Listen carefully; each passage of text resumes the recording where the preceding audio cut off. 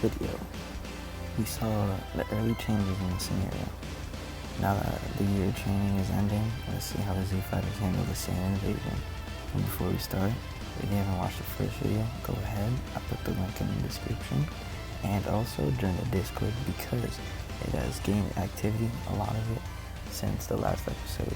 And I'll also expect a bigger or wider variety of videos coming up, since I won't be able to put the what if videos as much, but there will be like discussions and stuff like that. Maybe, I don't know about the discussion, but there will be a bigger variety of videos, definitely.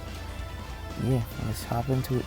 Now, Goku has mastered up to the Kaioken ×2 as we saw in the last part. Sadly, he can only use it in short bursts.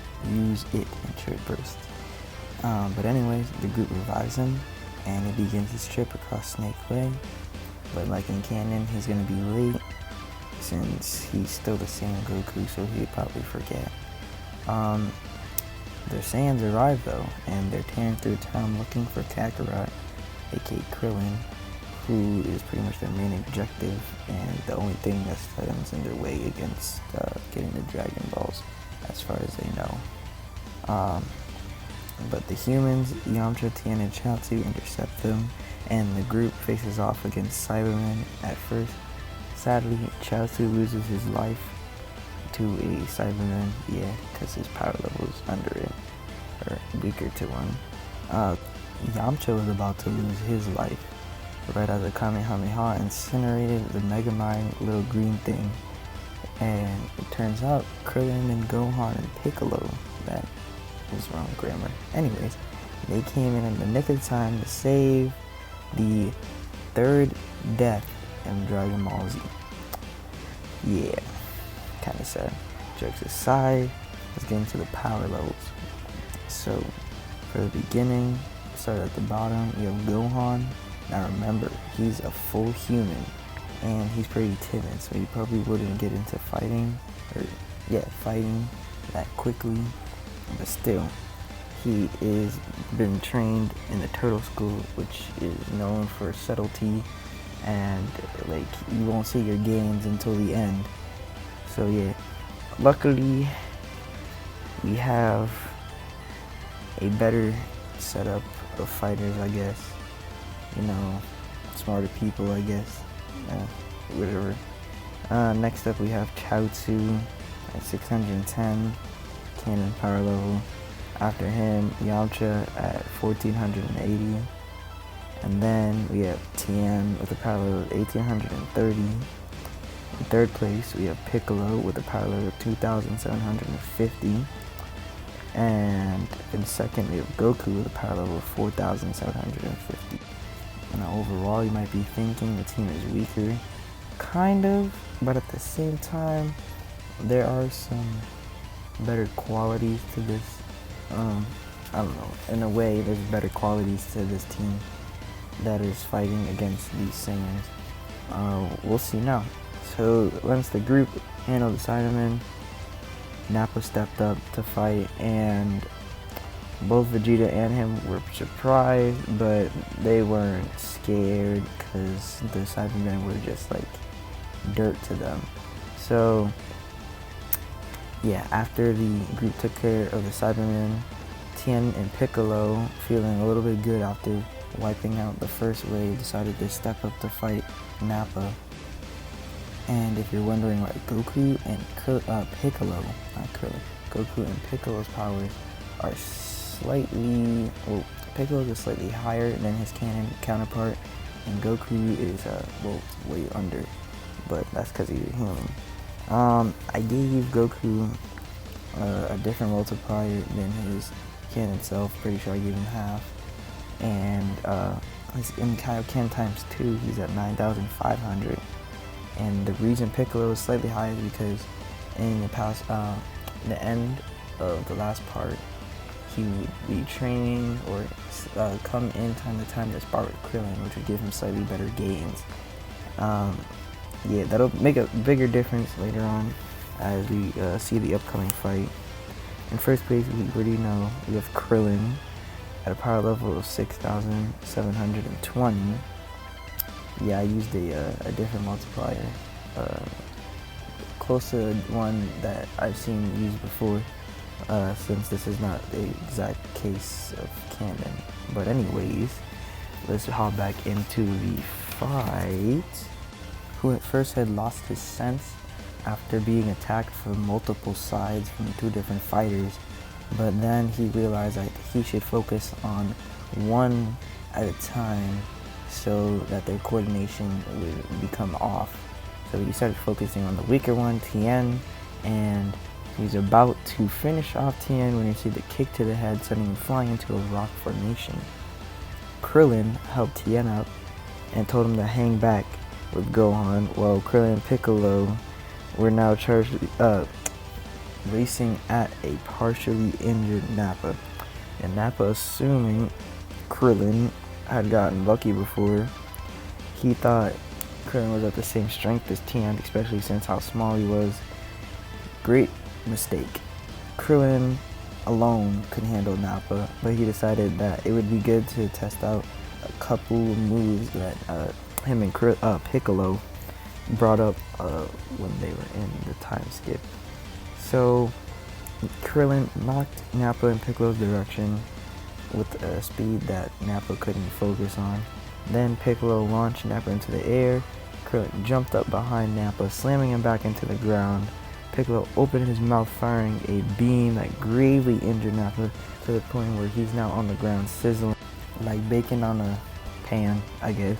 Yeah, so they're gonna call that technique the Demon School Flash, Turtle School Demon.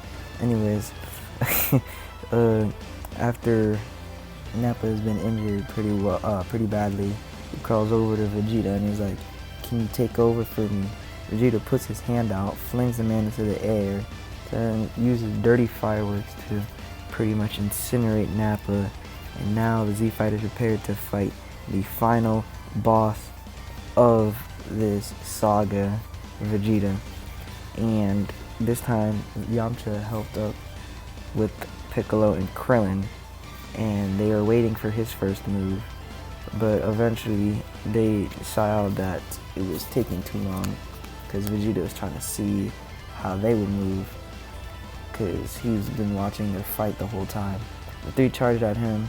Piccolo synchronized with Krillin, Krillin synchronized with Yamcha, and even working together, the powers were not enough to even phase Vegeta. So this kind of annoyed Vegeta because he thought he'd be getting a better fight. So he pressed down on Yamcha, who was the weakest, finished him off with an opening. This enraged Krillin, who barraged Vegeta with the ki blast before Piccolo hit him square in the chest, sending him flying back. But then Vegeta, through the smoke, he fired off a ki blast that hit Piccolo, and that sent him flying off like Team Rocket. He's seemingly dead, but you can Gohan could feel his ki slightly on the edge. He ran over, trying to plop in a senzu bean, but then his power faded, and this sent Krillin off the edge, and his power flew up again, but it's still not enough as he fired a full power Kamehameha. This did quite injure Vegeta's hand as he tried to block it with one, like Frieza did against Goku's Kaioken times 20 Kamehameha, but we're not going to get into that. Vegeta had enough inconveniences, feeling that this was taking way too long, powered up a power ball in his hand, no pun intended, threw it into the air, transforming into a great ape, and the partially injured Z Fighters did their best to not get stomped on, literally, by the massive ape.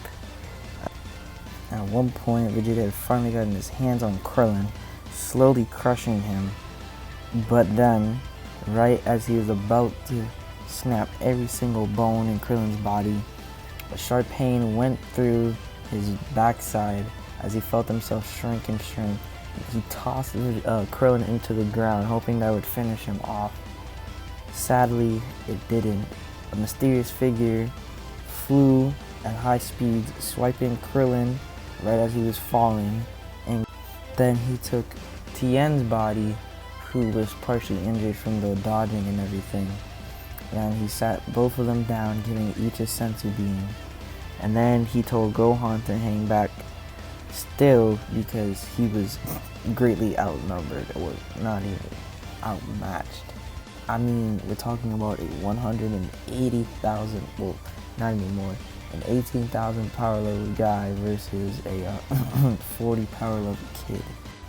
Thing is, this only annoyed Vegeta even more, making him fly into the air, and he charged up all of his power into one massive attack so he could at least take out Earth in a final, gamble or attempt. The other four, who are now fully recovered, charged up their own attacks. Goku with a Kamehameha, Krillin with a Kamehameha, Tien with his own full power Tri-Beam, or Ki-Ho-Ho, if you want to be like that. Gohan, feeling like he should help, actually came from the sidelines and charged up his own Kamehameha, which wouldn't do much, but he still did it anyways. And they all fired, which clashed against Vegeta's Gallic Gun. I would say they're pretty equal, with Goku using the Kaioken, and like they'd all be like, you know, using at their fullest. But then, and also Vegeta's weakened by one, the Power Ball, and his tail getting cut off, and being hit multiple times before he transformed into the Great Ape.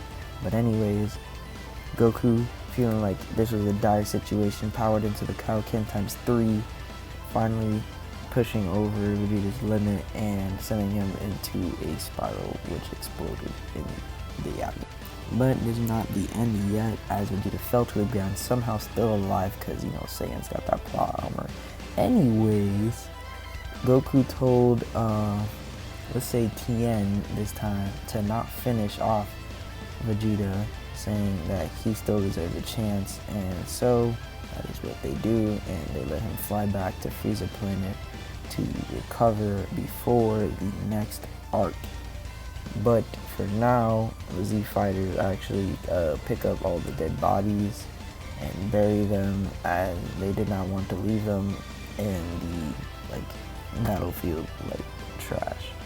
So they have proper burial and everything, and they discuss the plans for what they're going to do next, since Piccolo is dead and they have no way of reviving the lost comrade. Hope you guys enjoyed this video. Yes, it is the end now. We have got a lot of support, like I said in the first video. It's still growing, and I'm just like, it's incredible. It's the best video that I've had on the channel for a while. But anyways, how do you guys think the Z Fighters will handle the Namek arc in the next part? Don't forget to leave tips in the comments, subscribe, support the channel, hit the bell if you haven't already. Make sure that it's on all, and I've heard someone tell me I don't have to hit the bell, you can hug it, do whatever you want to the bell, pause, and yeah, just make sure it is not red but gray. And yeah, once you hit the bell, you'll be able to know when I post my next video. And as always, keep it toasty.